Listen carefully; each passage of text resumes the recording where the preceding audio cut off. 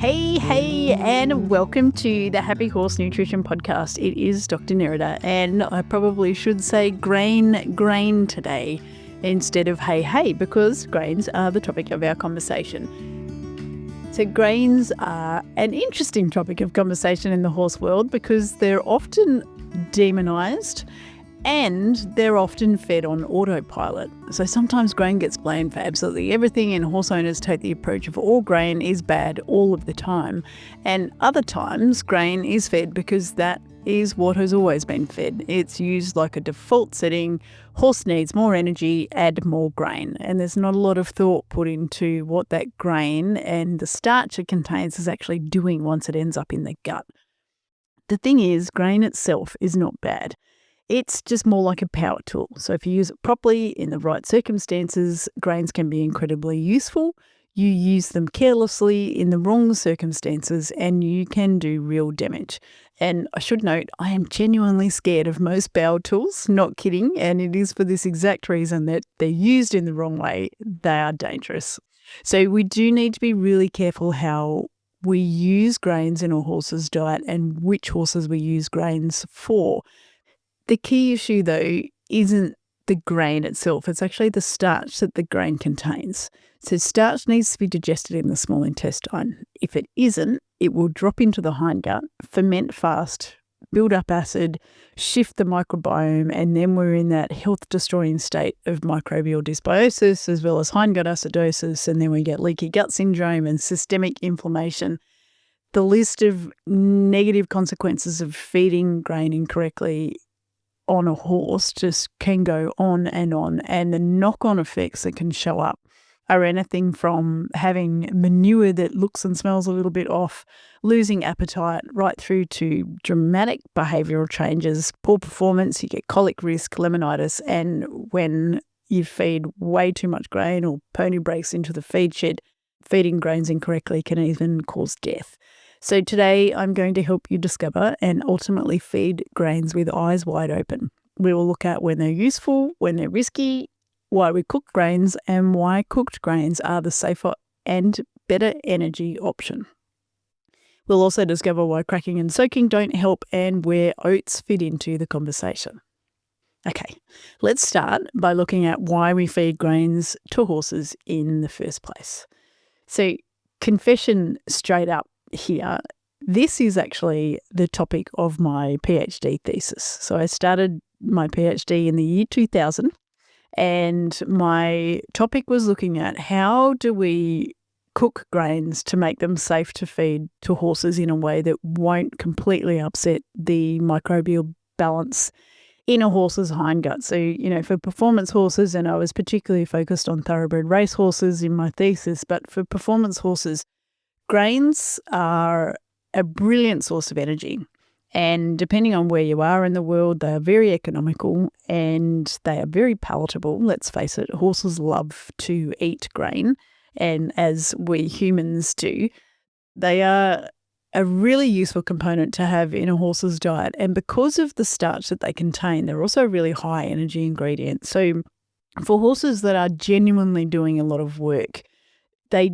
also become essential in a horse's diet. So I do a lot of work with racing thoroughbreds, and I cannot get thoroughbreds to race successfully and win consecutive races on grain-free diets.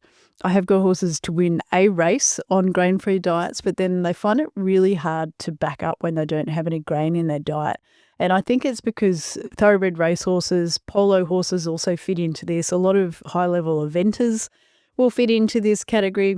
Endurance horses to some degree fit into this category as well. Horses that are doing full-on serious work, they will burn up a large amount of the energy they store in their muscles, which is called glycogen. And glycogen is almost exactly the same as starch. So starch is just glucose molecules all joined together. Glycogen is just glucose molecules all joined together, but starch is found in grains and glycogen is found in muscles. So these horses that are working really hard, they do burn up a lot of that glycogen in their muscles, and it's when glycogen is depleted that horses will hit fatigue. And The thing with feeding grain in horses' diets that are working hard is that you're supplying a direct source of glucose that horses can then use to replenish their muscle glycogen. Now, horses are not like we humans. It doesn't massively speed up the rate of glycogen replenishment in their muscles, but it definitely speeds it up. So having a thoroughbred racehorse on some grain that is providing starch as a source of glucose will help them to replenish their muscle glycogen supplies faster, and then they will be able to essentially back up and race and win consecutive races, which is something I haven't managed to get horses who are on get thoroughbred racehorses who are on grain-free diets to do successfully. Now, there are lots of horses who will do very, very well on diets that contain some amount of grain. There are horses that any amount of grain is going to be very detrimental to their health. So horses that have got metabolic syndrome or insulin dysregulation that is caused by any condition, including things like Cushing disease, which is also called PPID.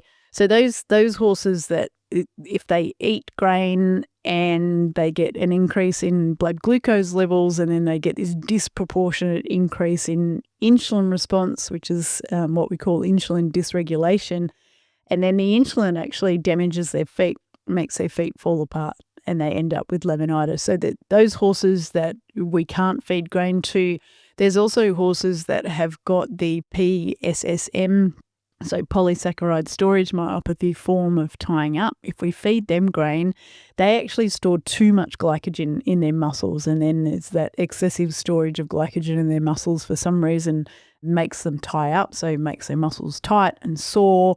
We see this a lot in warm blood dressage horses. Sometimes it will come across as a horse feeling just a little bit lazy.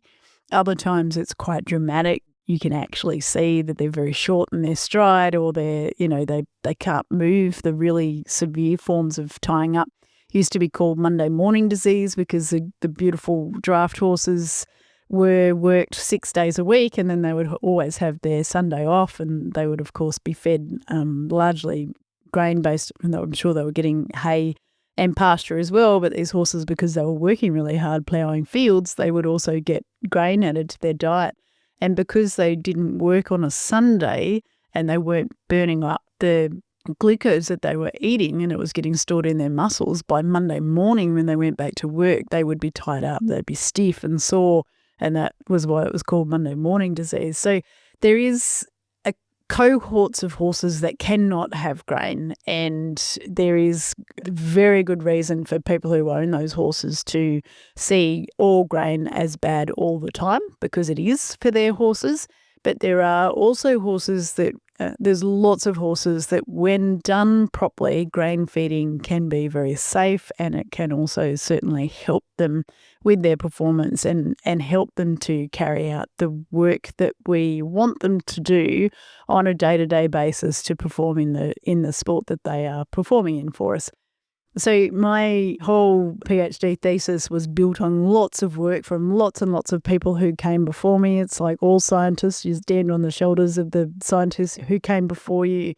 And I was so fortunate that I could really spend time digging down into all different types of grain and having a look at all different types of grain processing methods to see which ones gave us the best response, which ones made grains the most digestible for horses.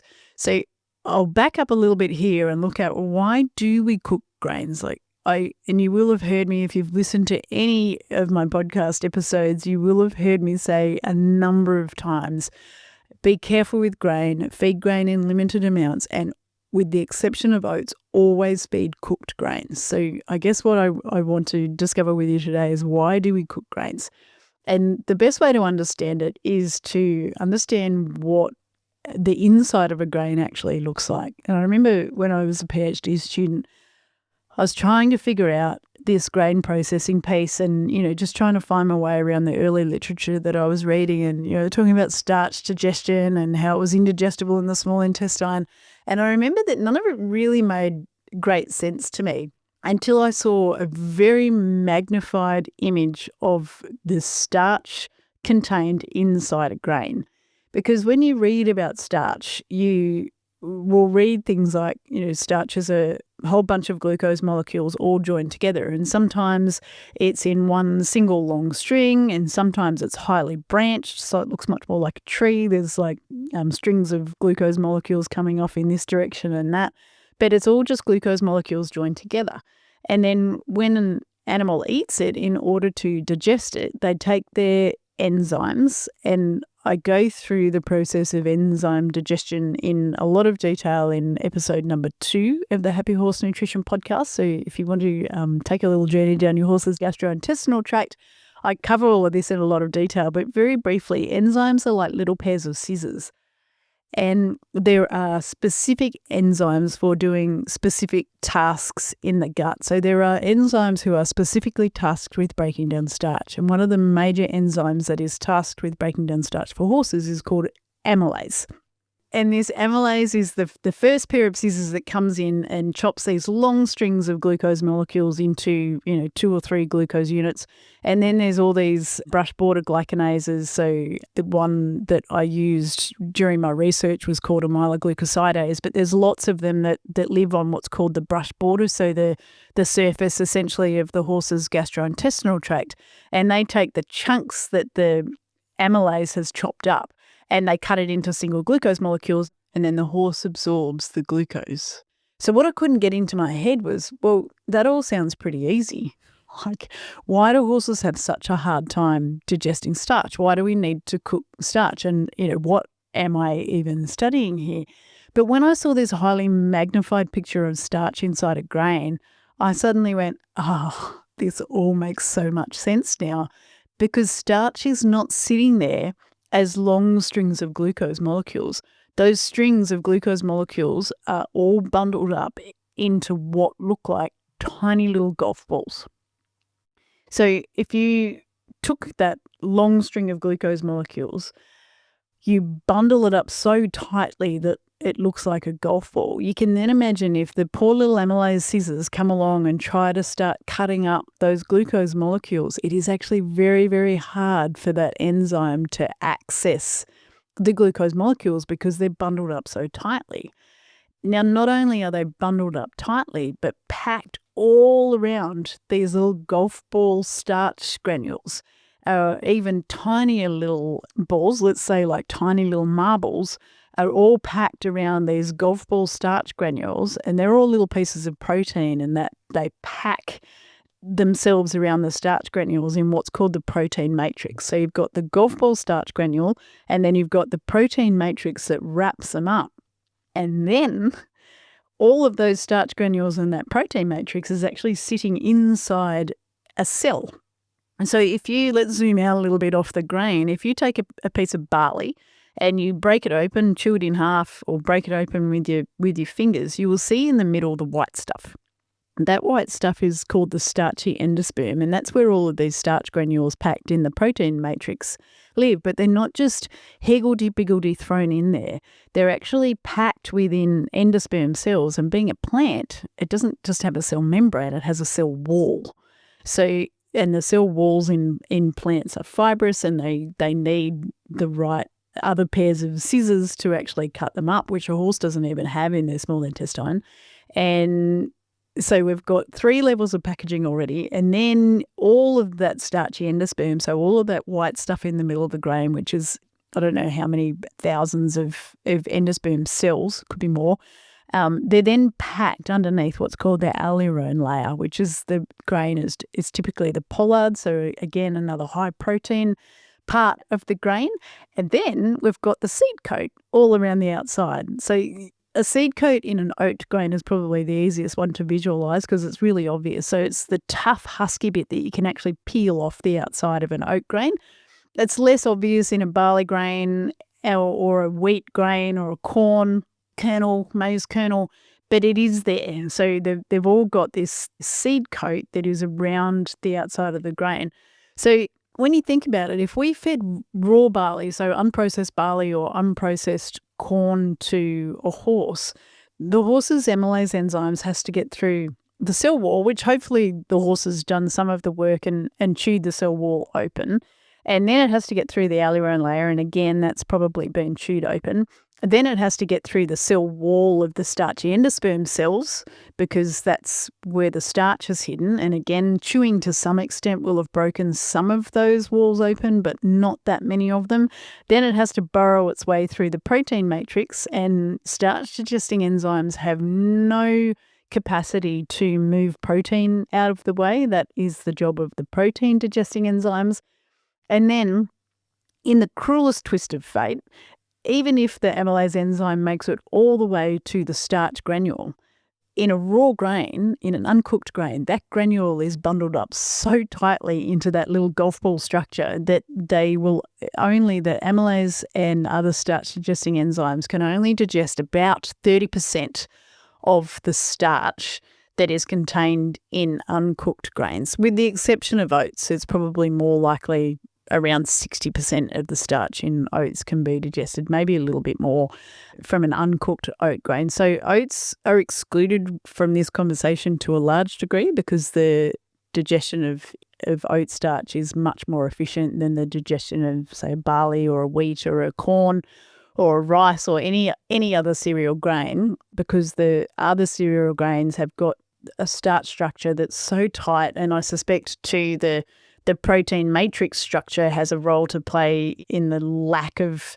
ability for a horse to digest the starch that's contained in unprocessed or uncooked cereal grains. So the biggest problem with feeding grains to horses when they're not cooked is just simply that the starch is not digestible. And the thing to keep in mind is that the only reason we feed cereal grains to horses is because of the starch. So the starch is where a cereal grain holds a majority of its energy. And it is that starch that we're wanting your horse to digest and absorb as glucose, because that's what your horse then uses to refuel the muscle glycogen supplies in its muscle. So it's completely pointless feeding a cereal grain to a horse that hasn't been heat treated in some way, with the exception of oats, because they can't access and digest the starch efficiently, because it's got all of that packaging around it and because of the golf ball structure.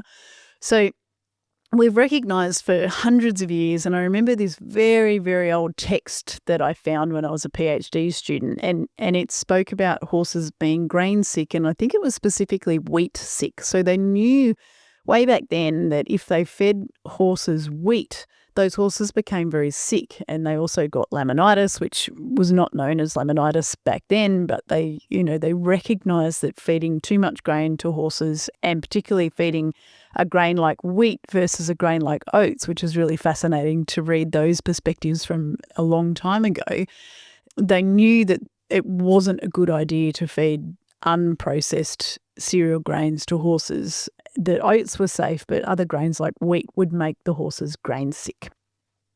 The way we stop horses from getting grain sick when they're fed cereal grain is to cook them. And I talk about cooking in a very broad sense. So there's lots of different cooking methods that we use to cook grains in horse nutrition. So the most basic one is boiling. And when I first was a very young nutritionist, and a lot of people were still boiling barley. And in fact, one of my earliest memories of horse nutrition, because I've always seemingly been reasonably obsessed by it, must have been about 17 years old, and I'd gone to do some work on a thoroughbred stud farm down in the Hunter Valley in New South Wales, Australia. And I was on a farm that was feeding this cooked mixture of barley and corn, and we used to put the grains into this big vat with lots and lots of water, and it would slow cook itself away for however long we used to cook it. And I remember the smell. It smelled so good.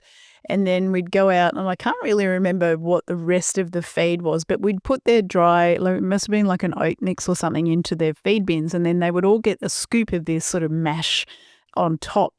And I distinctly remember how good that stuff smelt, and I was probably hungry enough at that point too to want to eat it, because we were still hand walking all the yearlings and stuff at that stage. And there was really good reason why people did boil grains, because they recognised that they may not have understood exactly the science behind it, but they recognised that when they boiled a grain, the horses did so much better. And it's still used in the show industry, and that was where I remember, boiled barley was a massive thing. They'd feed boiled barley to show horses because that was what put the weight on them. And the reason cooking helps, I was talking about the different methods. So there's boiling, but then you can also have extruded grains or steam flaked or micronized, or in parts of Europe you can access popped grains, which are incredibly digestible.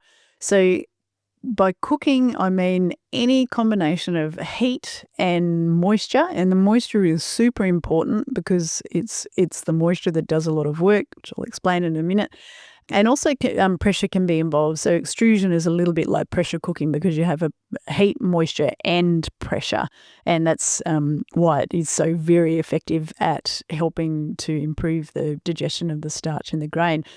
What the cooking does is it actually disrupts the golf ball structure of the starch granule. So the moisture helped by the heat and helped even more by the pressure of a process like extrusion breaks up the starch granule structure and kind of opens them up a little bit like if you cook popcorn, it's a little bit like that. So when raw popcorn, it's this like hard, smooth surfaced lump, which is a little bit like what a starch granule looks like when it's uncooked. And then when you cook the popcorn, it pops open and it becomes a very open structure. And that's kind of what the starch granules do too. They sort of open up into a structure where when the amylase enzyme, so the enzyme that cuts them up like a pair of scissors, the amylase can get to the starch, and it's very, very easy for the starch to be cut up into smaller pieces, and then the other enzymes come in and break it into single glucose molecules.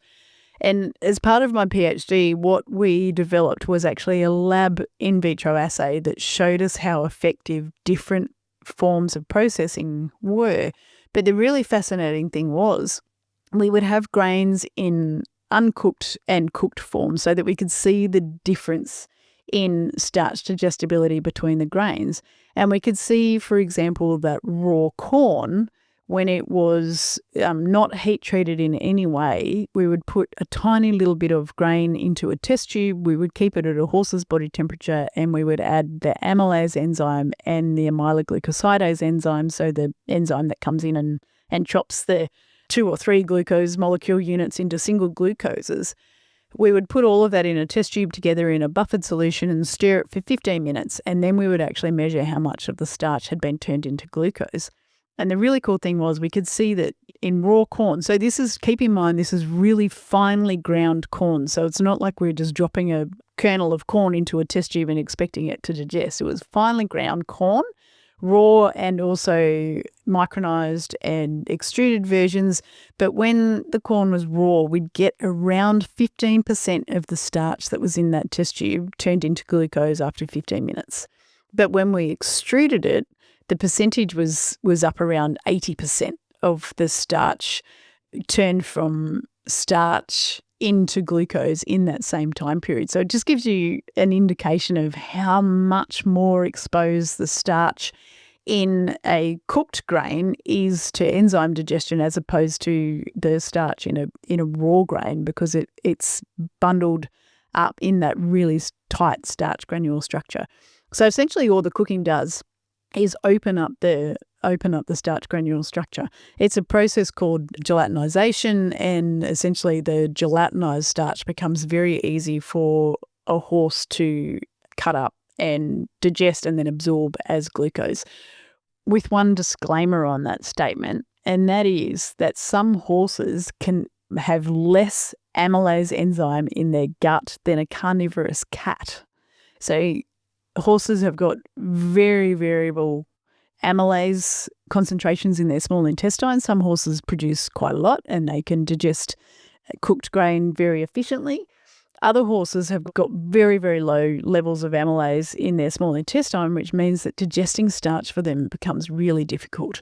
And this is the reason why I now, and have ever since I did my PhD, because this was another thing that we looked at was, yes, we get this improvement in digestion when we cook the grain, but then for these horses that don't have very much natural amylase enzyme, what happens if we add that enzyme to the grain feed when we feed it, does it help improve starch digestion? And we found absolutely yes, it did. And there's other researchers around the world that have found the same thing.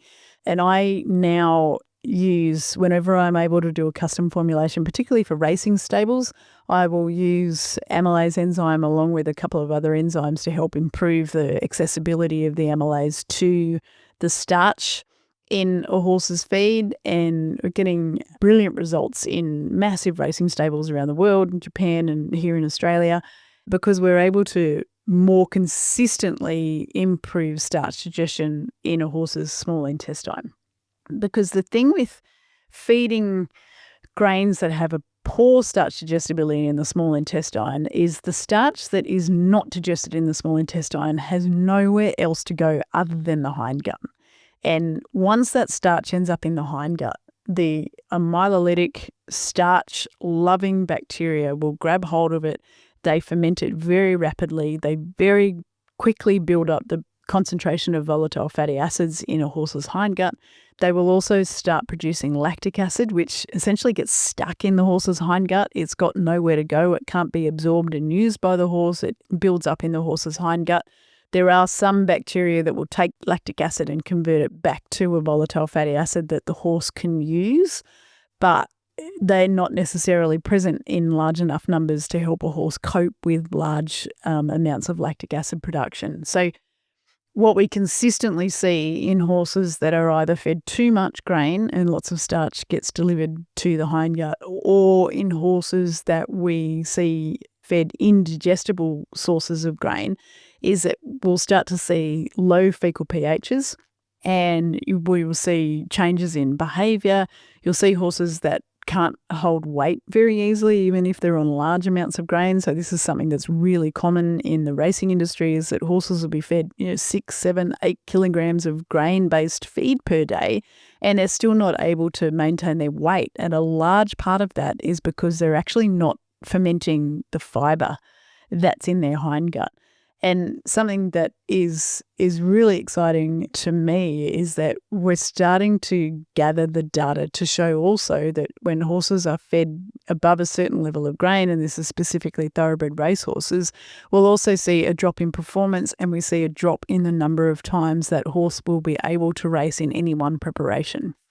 So putting starch into a horse's hindgut, in any horse's hindgut, but particularly into a performance horse's hindgut, because we shift the microbial balance away from the good fibre fermenting microbes and toward the undesirable, I just call them the bad starch and sugar fermenting microbes. Dr. Belinda calls them the weedy, greedy creatures, because they eat so quickly and they ferment so fast and they build up acid so quickly in a horse's hindgut that they are weedy and greedy.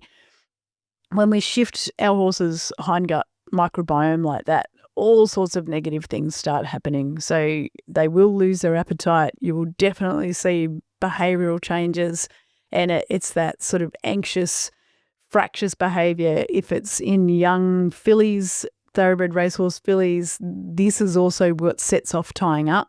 So you'll get a much higher percentage of young fillies tying up because of the way their hindgut microbiome is affecting their behaviour. And then it's when they have that anxious behaviour, we still don't know why, but it triggers up their recurrent exertional rhabdomyolysis, or the RER form of tying up. So you see those behavioural changes. You will get poor performance, and we're starting to be able to track this. So when you wipe out your horse's fibre fermenting microbes, you are also wiping out the most valuable source of energy a performance horse has, and that is the constant flow of volatile fatty acids from fibre fermentation in their hindgut into their body. So it's like, I describe it as a rechargeable but always fully charged battery. A healthy hindgut is, and we definitely get better performance when a horse's hindgut is in that fibre fermenting state and has got a diverse and healthy population of hindgut microbes.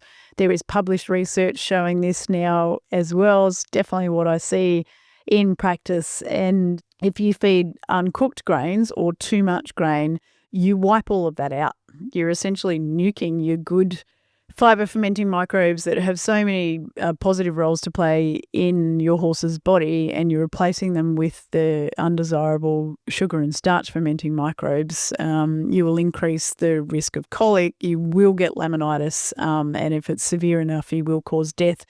And in fact, on the laminitis front, in my work with the Kieran Maher racing stable, when I first started working with them, there was a lot of horses. A significant percentage of horses were on a special diet that was any horse that was on that diet was considered to be footy. So they were not comfortable in their feet, and if any horse was not comfortable in their feet, they were put on this special diet. And since I've been working with them, and if you go back and listen to episode 25, we talk about this in detail with Josh and Kat from Kieran Maher Racing. But since I've been working with them, Josh says, the terminology footy horse has almost disappeared out of the stable. And a lot of that is because we have shifted where the starch is being digested in those horses' diets. So we've put them on less grain for a start, and we've also improved the digestibility of that grain so that more of the starch is being digested in the small intestine, which is way better for replenishing their muscle glycogen supplies, and less starch is ending up into the hindgut. So there is nothing to lose with using cooked and highly digestible grain. You're getting this double positive effect. So you're getting more starch being digested in the small intestine and absorbed as glucose, which goes in and fills up the horse's muscle glycogen supplies, and they absolutely need that to perform at high levels. And you're getting less of a negative impact on their hindgut. So you're leaving the fibre fermenting microbes in there to do all of the amazing things that they do for a horse. From a performance horse perspective, it's also really fascinating and very important to keep in mind too that if you are dumping large amounts of starch into their hindgut and you're causing this state of increased fermentation, increased acid accumulation, you will start to get leaky gut because the acid essentially damages the wall of your horse's hindgut, and then things will escape from the hindgut that should never escape from the hindgut into the body, so mucky things like toxins and bacteria and stuff that just should never leak out of a gut into a horse's body. And then your horse has to launch an immune response for all of those things because it all of a sudden needs to control that muck that is leaked out of the gut into its body. An immune response is incredibly hungry for glucose. So your performance horse will then be using its muscle glycogen supplies to control this invasion, I guess, into its body from stuff out of its gut because its gut's leaking because it's fermenting so much starch in its hindgut. And the only expectation in that situation is that performance is going to be poor because they do not have the energy reserves to allow them to finish a race or finish the cross-country part of a 3-day event well, or if it's a polo horse, they won't be able to handle going a full chucker for you in a polo match. An endurance horse will probably vet check out because they will just be so fatigued that they can't continue on in a race because they've already burnt up all their muscle glycogen supplies. So there is so many downsides to feeding grain incorrectly, to feeding raw grain that is not digested in the small intestine. And there's so many upsides to feeding well-digested grain. People often say, what about cracked or ground grains? Like, surely they're more digestible because they're ground up or they're cracked and broken open. But I explained before, and hopefully it stuck and made sense, that in our test tube test, we ground the grains really finely. Like it looked like flour that you would use in baking. It was that finely ground, and still we could see that only 15% of the starch from grain, and it was really not much higher. It was maybe 18% from barley, were digested in 15 minutes versus upwards of 80% or more of the starch digested from grains when they had been heat processed.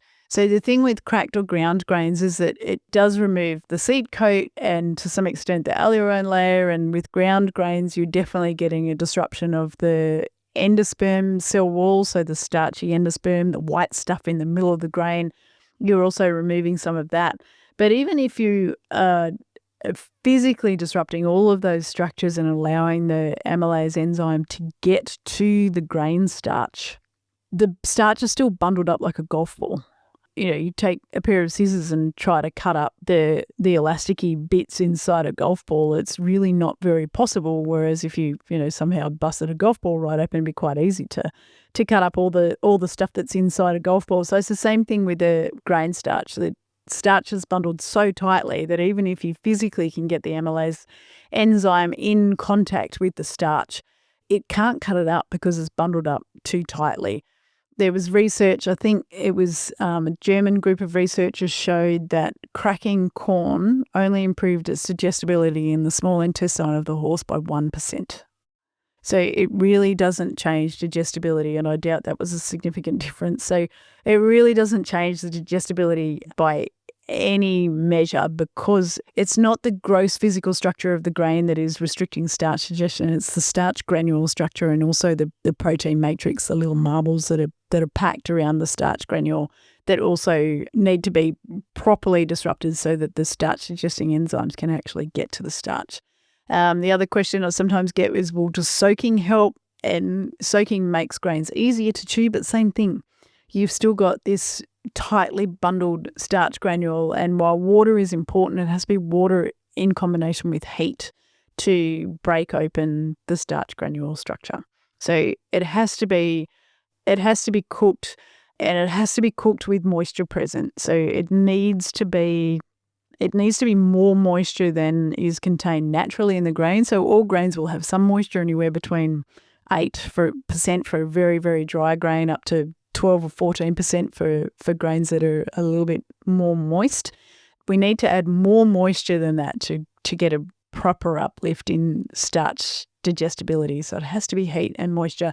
And then if you can add pressure, that improves digestibility even more. And certainly what my research showed is that the extruded grains, and it didn't matter who was doing the extrusion, but the extruded grains were the most digestible grains. They had the most digestible starch out of all of the grains that we looked at. Hey, quick pause. If you're trying to figure out what to feed your horse, you don't have to do it solo.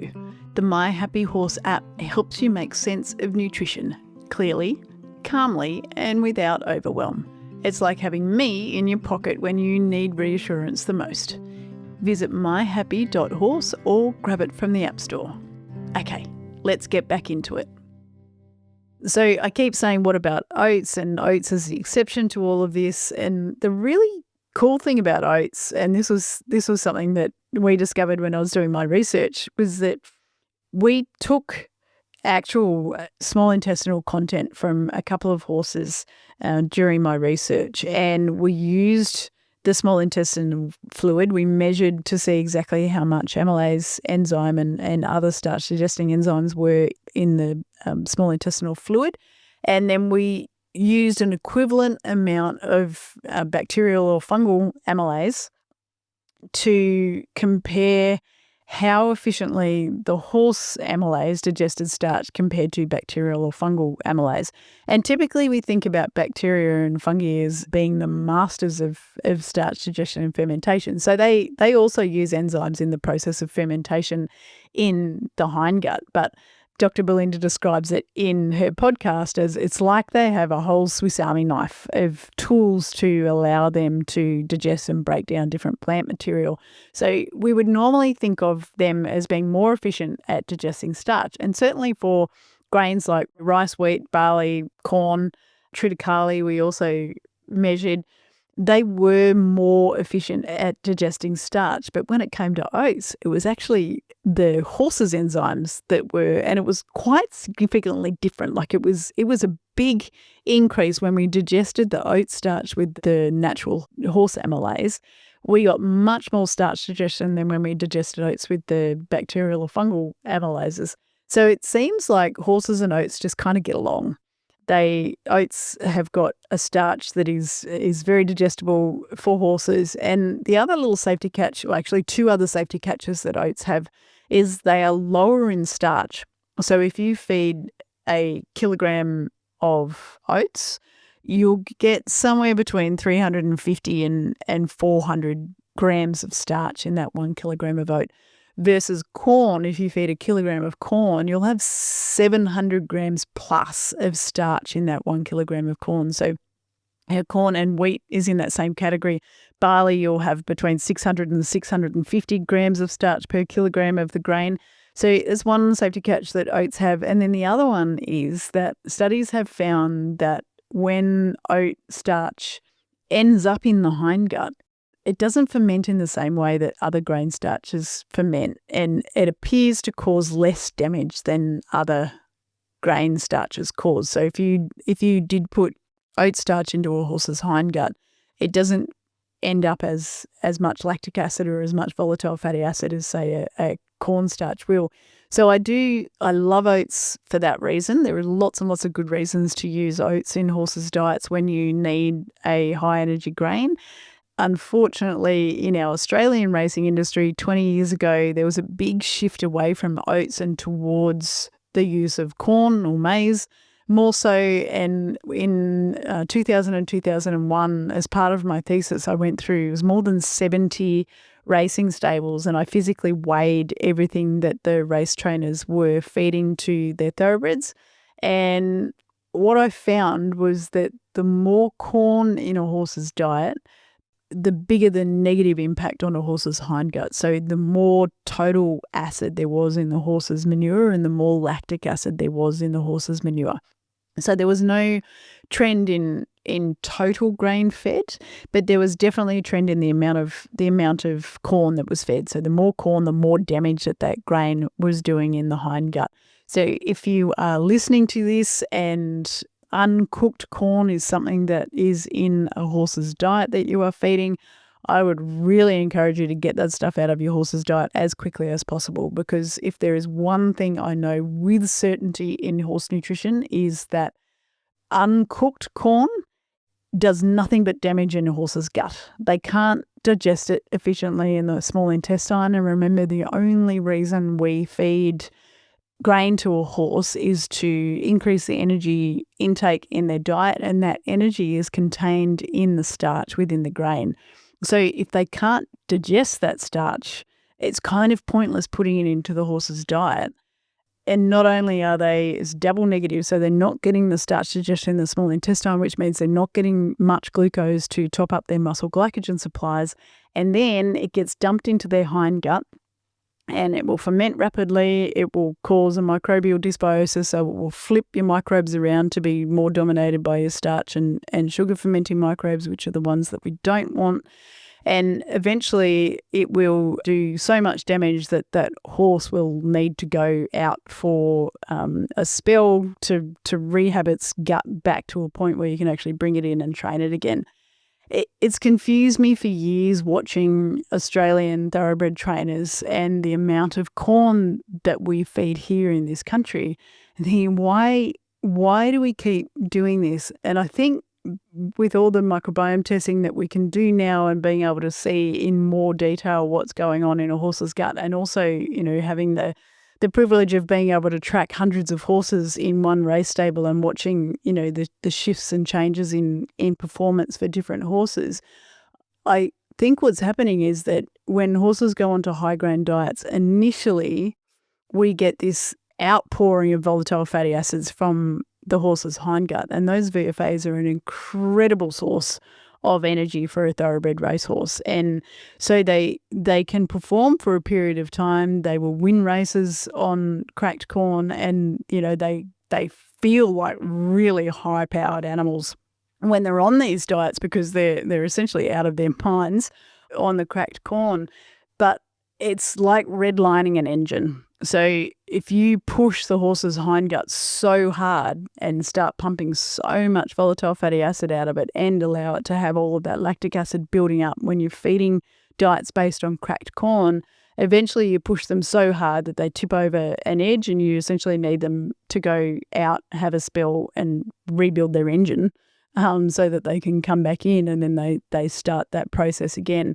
It is far, far more sustainable to feed a digestible source of grain that is fermented in the small intestine and let the horse's hindgut do what it is so brilliantly designed to do, and that is to ferment fibre and pump those volatile fatty acids out of that hindgut to fuel performance.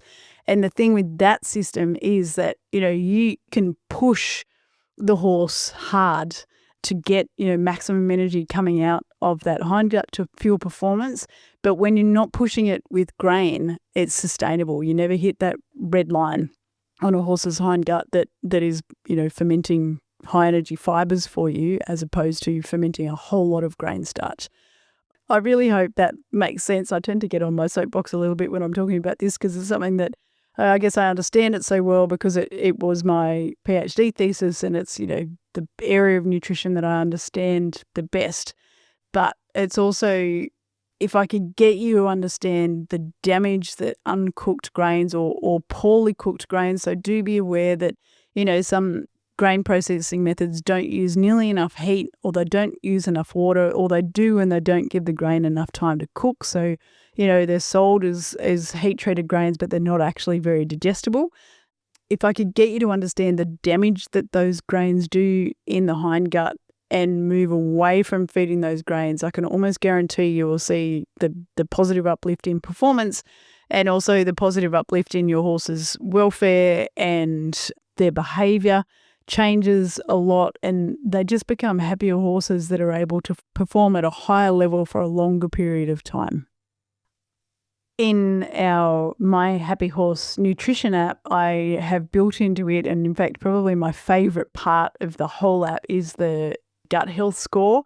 And you will see, if you are feeding any of these raw grains, how quickly that will affect the gut health score. So any percentage of raw or uncooked grain that goes into a horse's diet, with the exception of oats, will give you either a very poor or a poor gut health rating, because the impact of that indigestible grain starch, so starch that is not digestible in the small intestine, on your horse's overall gut health is massive.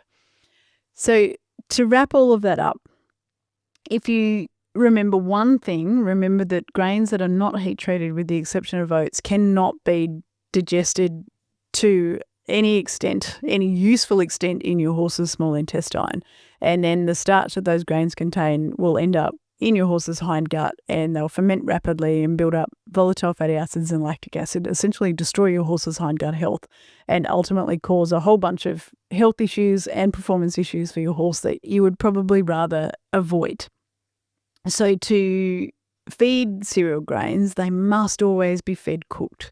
You can feed oats uncooked. You will still get better starch digestion if you feed a steam flaked oat as opposed to a whole or a crushed oat. So it does still improve starch digestion, but you can feed some oats to horses unprocessed. But every other cereal grain must be cooked for your horse. If you feed them uncooked, they will get little benefit from them, and they've got a really good chance of causing things like weight loss, poor appetite, poor performance. Slow recovery is something I see all the time from horses that are fed too much grain or uncooked grain. I keep saying too much grain because even if you feed a cooked digestible grain, if you feed it in amounts that are too big for the small intestine to actually digest in one go, that starch is also going to end up in your horse's hindgut. So if you feed grain incorrectly, in the wrong form or the wrong amount, you will cause disease and behavioural problems, performance problems, or I could go on and on talking about the problems that you will cause. Do keep in mind that if you are, and particularly if you are a thoroughbred trainer, do keep in mind, if you are going to change your horse after listening to this, and please do change your horses from a raw grain diet over to a cooked grain diet, do be aware that there will be a slump in performance, because you're essentially shifting where your horse is getting energy from, and you are moving grain digestion to the small intestine, which is great.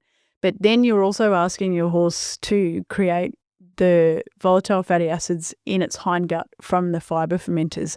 And what you've done by feeding that uncooked grain is you've wiped out the fibre fermenting bacteria and probably also some of the fibre fermenting fungi. So your horse actually doesn't have a workforce to ferment those fibers and produce a source of volatile fatty acid or produce a source of energy for itself. And so there's always this slump. If you want to hear more about that, Josh and Kat and I talk about it a lot in episode 25. But yeah, do be aware that there will be a slump, but honestly stick with it and you will reap the rewards of feeding your horse a more digestible source of grain.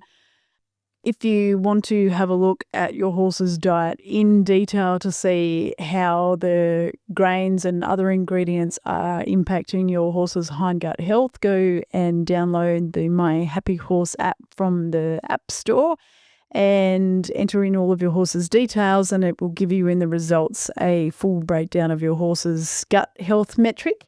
There is a 7-day free trial with our app, so go and download it. At least at the time of recording this, there is a 7-day free trial. So go and download it and have a play with your horse's diet and see what you can see in terms of your horse's gut health. But remember, the reason you feed cereal grains is to provide your horse with a source of energy. Most of that energy is held within the grain starch.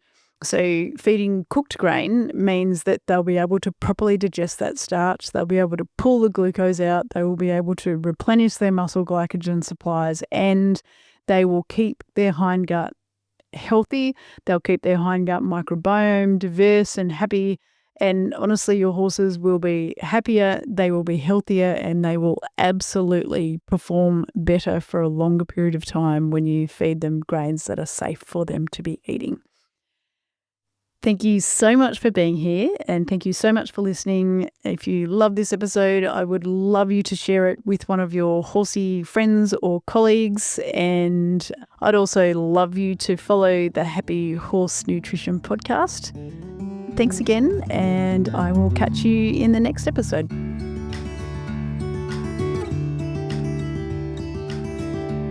If you'd like to know more about the My Happy Horse virtual equine nutritionist, you can head on over to myhappy.horse.